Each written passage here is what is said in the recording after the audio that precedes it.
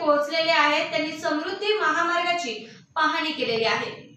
मुख्यमंत्री उद्धव ठाकरे यांचे दुपारी 2च्या सुमारास हेलिकॉप्टरने अमरावती येथून वैजापूर तालुक्यातील गोलवडी येथे आगमन झाले।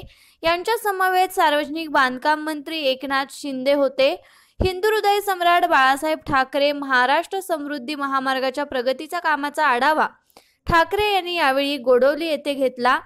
त्यानंतर स्वतः गाडी चालवत समृद्धी महामार्गाच्या कामाची पाहणी केली। गोलवडी येथे आयोजित समृद्धी महामार्ग आढावा बैठकीत त्यांचे स्वागत रोहिओ मंत्री संदीपान भुमरे, महसूल राज्यमंत्री अब्दुल सत्तार यांनी केले।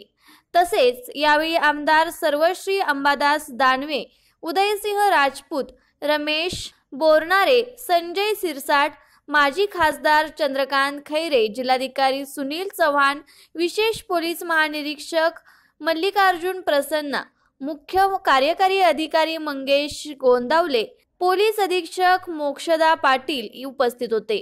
या आढाव्याच्या वेळी महाराष्ट्र राज्य रस्ते विकास महामंडळ आणि L&T कंपनीच्या वतीने समृद्धी महामार्ग पॅकेज 10 बाबत सविस्तर सादरीकरण ठाकरे यांच्या समोर करण्यात आले। यामध्ये समृद्धी महामार्गाचा पॅकेज 10 प्रकल्पाचा 57.90 किलोमीटर धावपट्टी, सर्व्हिस रोड, छोटे पूल, मोठे पूल, आगामी नियोजन पॅकेज अंतर्गत या भागातील हरणांना जाण्यासाठी रस्ता, मनुष्यबळ निर्मितीवर भर आदींची सविस्तर तपशीलवार माहिती सादरीकरणाद्वारे देण्यात आली। जिल्हाधिकारी चव्हाण यांनीही यावेळी प्रकल्पाची सद्यस्थितीबाबतची माहिती दिली। तसेच उपस्थित